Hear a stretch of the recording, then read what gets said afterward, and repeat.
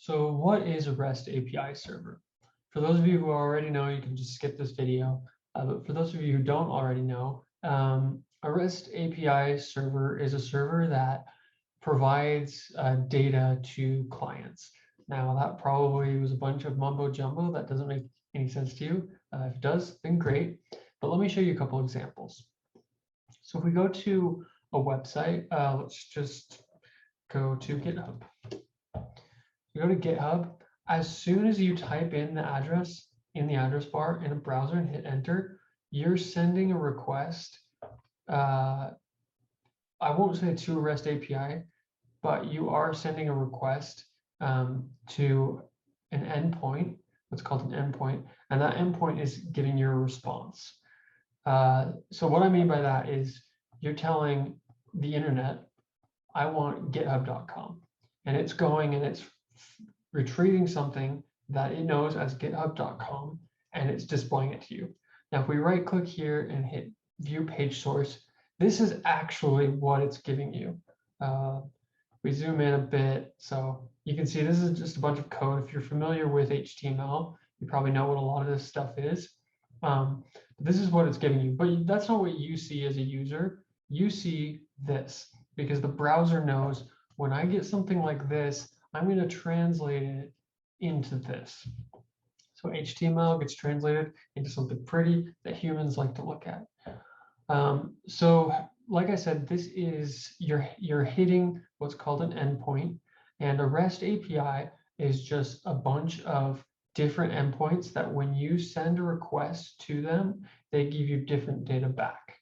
Now, usually it doesn't give you HTML like this. Usually it's something else. It could be JSON or some other data form, but it's giving you information that you're requesting.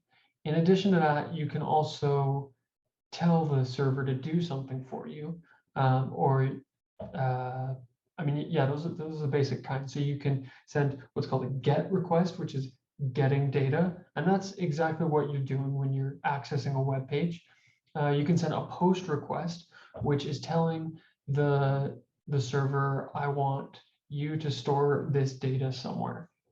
So for instance, if you create a new user on GitHub, let's just go to github.com, and we do sign up, and we fill out all this information. You say some username, and then you type in all this information.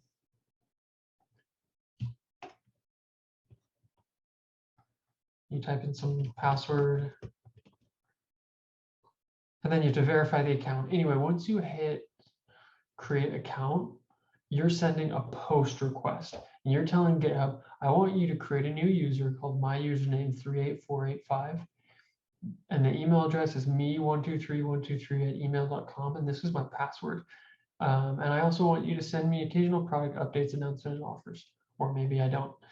Anyway, you're sending this data.